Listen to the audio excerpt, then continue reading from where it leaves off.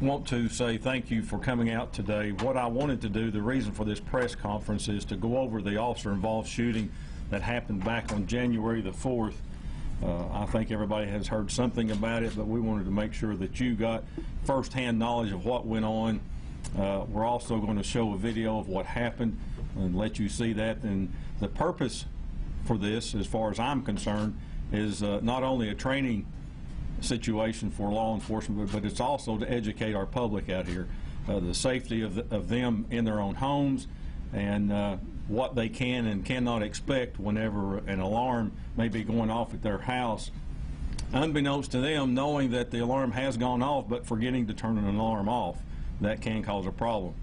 So what we're going to do is I'm going to show the video here in just a minute and go over everything. What I'm going to do is I'm going to show it to you in normal speed, and then I'm going to slow it down in slow motion for you. That way you get an idea of what that officer went through, what that homeowner, and also know this, the homeowner is also an employee of ours as a property clerk. And so with that being said, I'm going to give you all time to turn around, but I wanted to give you at least knowledge of what we're going to talk about. As Kimberly said, I'm going to take some questions from you, but I want you to know exactly what went on, and we're getting ready to show that. So we'll stop it and get you ready. One thing is that when the officer, and let me go up to that before we start the video. The officer arrives on the scene and pulls into the driveway.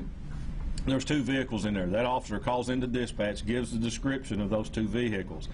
He goes to the front door, pushes the doorbell to activate the doorbell, obviously, to see if anybody's home. No one comes to the door. He walks around to the side of the house. There is a gate or a fence, wooden fence there, probably 8 foot tall. And he turns around and goes back to the front door again to look inside what he's able to see. The door has a glass storm door, big door if you will. Looks in. What he sees to be some clothing or what have you strewn around, possibly in his mind that something is either the house has been burglarized. So he goes back around to that gate on the side of the house, goes to the back door, and then we will turn it around and let you all get turned, and then we'll let you see from there. And we will stop the video because at one point when the officer goes into the house, there's another lady and an infant in the house, so we can't show their face obviously on video due to the statutes. But anyway, we're going to get to there, and if you will, if everybody will take time to turn around, and then I'll explain things. I'm going to stand up there too, so hopefully you all, I'm going to be away from your microphones, but at least you'll have that, and then we'll take questions from up here. Is that all right with everybody? That work for you? Can you mic me? Yeah, put just the mic on you while you're doing that. You can, yeah, that's fine. Okay. I don't have a problem with that. Then gives everybody time to turn around.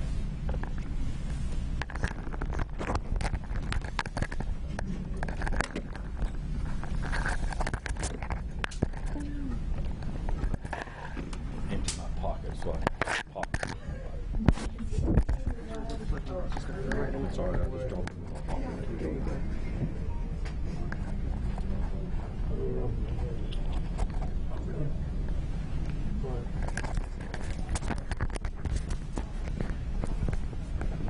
Iron out. On your back pocket too.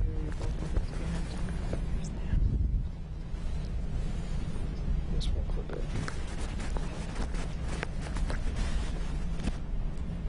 Sorry. No, you're fine. We're in no hurry, unless you are. But I'm not. That's all right. There you go.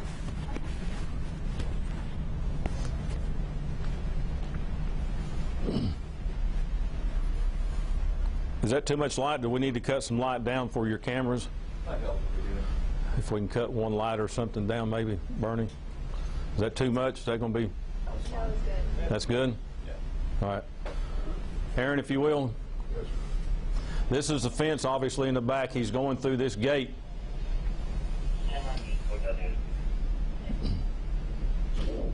And stop it right here just a second, Aaron.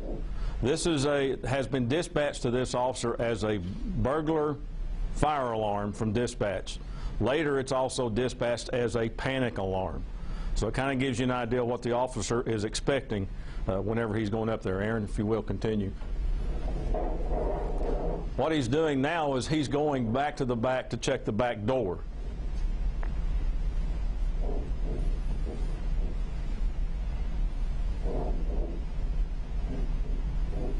This may be where, yeah.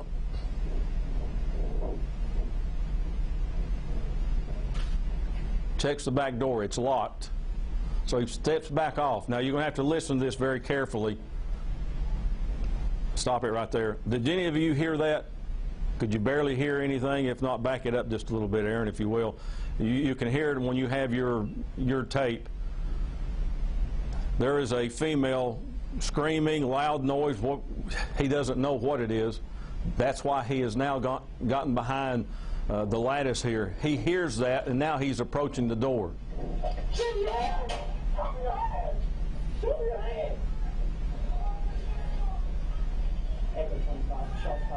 All right, stop it right there. Now, obviously, you saw how quick that was. When I slow this down, you're going to see it a little bit more, but this is what our officers every day have to contend with whenever somebody's approaching them with a gun, with a weapon, whatever it may be.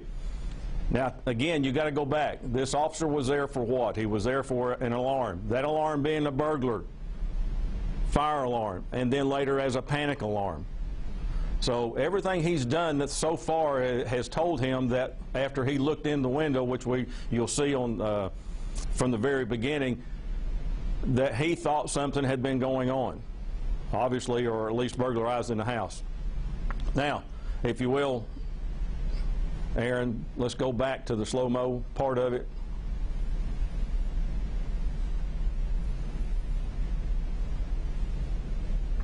He's already checked the back door. He's coming back off of the patio here.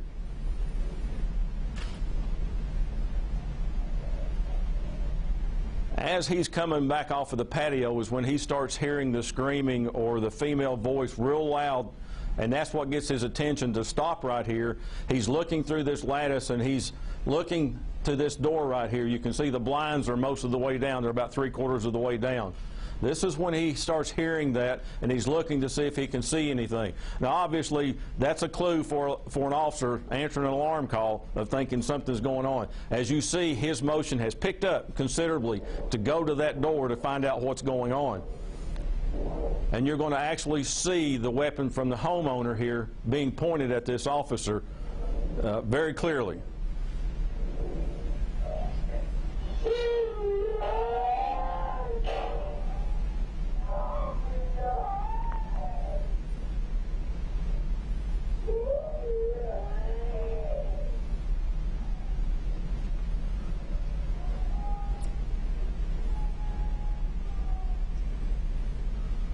Okay, Aaron. What he's done now, he has tactically retreated behind the bushes. Probably not the best thing to retreat to, but at least he's thinking of something. If you will, do you all need to see any more of that from here? Because you're going to get a copy of it to be able to take with you. Is that going to be good enough for that? You need anything else from here? Well, I'm going to turn the lights on, and I'm going to finish up here. Or either I can stand it. Yes? So when you talk about training and things during this investigation with these officers, did you kind of, like what you just said, you know, maybe going behind the bush isn't the best idea? Well, the reason it's not because the bush is not concealment. It's not cover. If this was something actually going on, and that's what we're telling them, is that this doesn't stop rounds, you being attacked, if you're being attacked. But obviously this is a guy thinking at least he's getting away from what danger is there that he perceived to be there. And there's a little bit more that we'll get into, but yeah, that part of it is, and every bit of it as far as law enforcement is concerned and our training purposes, every bit of this is a young man. This officer was on the street by himself. This is his first day out, 4 hours into his shift after completing the FTO program. You know, and I say this, by the grace of God, we could have had 2 fatalities right here. Fortunately, no one got hit. Unfortunately, we as law enforcement missed someone, but thankfully he did. But as Mr. Ludwig, the homeowner, actually he lives there with his mother and sister. That's who was in the house later on, was the sister with her infant. And then she's the one who told the officer that she forgot to turn the panic alarm off. So all these things come into play. All these things come out here. We heard from social media saying that, you know, the officers did this, the officers did that. This is why whenever we get into a situation like that, this is why it's important to us to make sure we get every bit of information together before we put the facts out to you all. And that's why I want all of you all here to be able to ask me those questions, because we have nothing to hide with this. It took 2 weeks to finally, or little less than 2 weeks, for us to go through everything that we needed to go through, do all the interviews, go out to the scene, do everything that we needed to do. And I wanted to make sure that we come out here and explain that to you, and that way you get every bit of information that we feel deemed to be that important to not only our agency but to the community out here, to let them know what we are doing out here. As I said, the homeowner, the person living in the house who pointed the weapon at the officer is one of our property clerks, works out of our detention facility, and obviously he thought, what he says was he thought that somebody was breaking into their house. What we look at is, obviously, if you're thinking that, I think most of us will maybe look outside to see if they can see something, somebody or whatever, but obviously, the officer pulled into the driveway. His vehicle is very visible in the driveway. Yeah, and then we learned to find out whenever Mr. Ludwig says the doorbell doesn't work.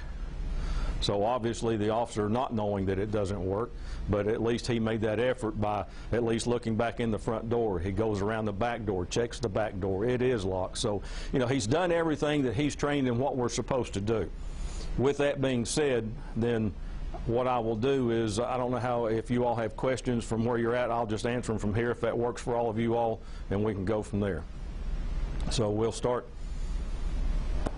So the kinds of conversations, I mean, in a situation like this, the kinds of conversations that you've had during this investigation, you talked about the learning aspect, the safety aspect of it. Did you actually walk through in the way you just did with us with this video with, you know, the folks that were involved, or maybe even other folks in the department? They have, you know, and not yet as far as with spreading it through the department. That we'll put it in through our training unit and start putting it out during our in-service training and things like that. I mean, it's a great training tool. It absolutely is, because it tells you how quick that happened and how fast it can happen to anybody out here. And that's what we want to make sure that we understand. And we also want the public to understand is this is what somebody who's innocent inside their home thinking they're doing the right thing, but yet you come out pointing a weapon, you don't know who it is without looking or whatever. You've put yourself into a situation that you don't want to be in, and fortunately, as I said, by the grace of God, this individual was not hit, and neither was our officer. You know, we could have as easily had 2 funerals last week, and I'm so thankful that that didn't happen. I think both people did what they thought was right. Our officer did everything, as far as we're concerned, did everything legally, and everything within his power to do what he did. And I know that Mr. Ludwig thinks that, you know, he thought that they'd had some burglaries within the area. We went back and looked. We had 1 burglary in that area within the past, I think it was 2 months, I believe it was. And so maybe that's what he thought. And then when he said all he could see was black shoes and black pants when he looked through the bottom of the window or the doors, maybe so, but you know, when you come out like that with an officer that's coming to answer that call, and then you point that weapon, things can happen, and things are going to happen. You said this was his first day on the job? Yes. His first day out by himself. He had gone through a 14-week FTO program, graduated, and this is the first time he was alone in his own vehicle. Is that common that an officer would be out by himself or herself on a shift? Or would it usually? They're all by themselves. Everyone's by themselves, yes. Should the officer have done anything differently? No. No. He shouldn't have announced himself, anything like that. You don't have time. You saw how quick that was to announce himself. Before the homeowner opened the door, there was the back and forth, and there was the checking the door and walking away from the door and I'm just at the shooting. No, well, and part of that, what you didn't see, was him being able to look inside the house. Now, if it's an actual burglary, which I'm sure he was thinking that because of the clothes he saw on the stairs and in the living room, thinking that somebody's gone through there just throwing things around from the front door. And you'll be able to see that on the video that you get. That to him, you're not going to go and announce yourself when you do that. You're going to do everything that you can to the point to where he probably would have called for backup after the point of checking that back door, saying, you know, I probably need another car out here. But that opportunity didn't come about because of the screaming that he heard coming from inside, which caused him to go to that door. You couldn't hardly hear it. We can hear it over here, but you'll be able to hear it. You'll have to listen to it really close, but you'll hear once he goes back down to those lattice on the deck, you'll hear the screaming. That's why he stops and hides right there, or at least he stops there to look, and then he takes off real quick to go back to that door because he's thinking someone is in trouble. And that's what we do. You know, whenever the alarm call that we've gotten, a panic alarm, yeah, we're going to move quickly. And for that door to come open on him real fast, you know, as far as we're concerned, he conducted himself in the way he should have. Do you know what caused the alarm initially? No, I think what it was, if we remember correctly, they had come in, they set off the alarm, they turned it off, but forgot to reset the panic alarm. The alarm company tried to call. They didn't get an answer from the homeowners. Anybody else? Y'all gonna make this easy, aren't you? And both individuals back at work? Yes. Sheriff, you mentioned this as a training. This could be used as training. And I think you may have already kind of touched on it, but to sum it up, you know, what can other deputies and officers take away from this? Obviously, just I think it goes without saying. They know when they're answering that type of a call, burglary, panic, fire alarm, whatever it may be, they know when they get there what they're supposed to do. But 9 times out of 10, 99% of the time, nothing's really going on. You know, it's that time that what we tell them is, I use this old cliche, when you least expect it, expect it. Because the time that you let your guard down is when that happens. It's not to say that you let your guard down, it's just that because of the continuous times it's been a false alarm, this one was not, because somebody come out on you. And that's what we try to train in them. We're always on the defense. We're never on the offense, so to speak, when it comes to something like that, because he had to react to what was presented to him. The door come open on him real quick, him expecting, not knowing what to expect, and the guy coming up. Obviously, the only time he took his weapon out of his holster was when he heard the female voice very loudly. He took his weapon out and approached the deck, which rightfully so he should do. You know, he's perceiving now that there's a threat, something's going on, and so we're saying that what he did is exactly what he should have done. What I also say that is a great training tool is for our people who go through the handgun permit class. We get questions with that, those that teach that class. You always have the question, when can I shoot someone? When can I defend myself? And it's always told, you have to be in fear for your life, fear of imminent danger. And does that fall into it? You hear all the time, can I shoot someone in my backyard? Just because they're in your backyard? No, you can't just shoot somebody. You know, so this right here is an excellent piece of additional equipment, if you will, to be able to pass on to those people also. And that's why we're doing it, and that's why I want to do this way, is to get that out there, and hopefully you all will accommodate and help us get that information out, of saying, look, what we're doing is out here protecting you all, but what you're also doing is what you can do to protect yourself. But understand that when you're doing this, again, and you're told that in that handgun class, you're responsible for whatever happens to that round. And so are we. You know, and that's why we went in depth of finding where the round went, what happened, what could have happened, and like I said, you know, what could have happened is not only blinding, but it's chilling. And you think of what could have happened to not only both of our employees. Anyway, it gets your attention real quick. And I thought it was that important to bring all of you in here to be able to show this to you so that you can get firsthand knowledge of what went on. Like I said, I know social media blew up that, you know, the sheriff's office is trying to hide something. I was there. I know what went on. No, they don't. You know, this is what you should expect from us, is to be able to show you things and tell you things that actually went on. And that's what we're going to continue to do. Where did that round go? Through the house? Yeah, it went in, hit the door. If you can, when you watch it, you'll see you hit the door to the left of the individual and lodged into a wall. The officer had full authority to enter the structure at that point that he heard the scream. Isn't that correct? Absolutely. Absolutely. It's just like active shooter. He didn't hear any rounds going off, but he's hearing a screaming going on. He's there for an alarm. He's there for a panic alarm. He assumes that something is going on, and he's got to react to it. And he did. He did the proper thing.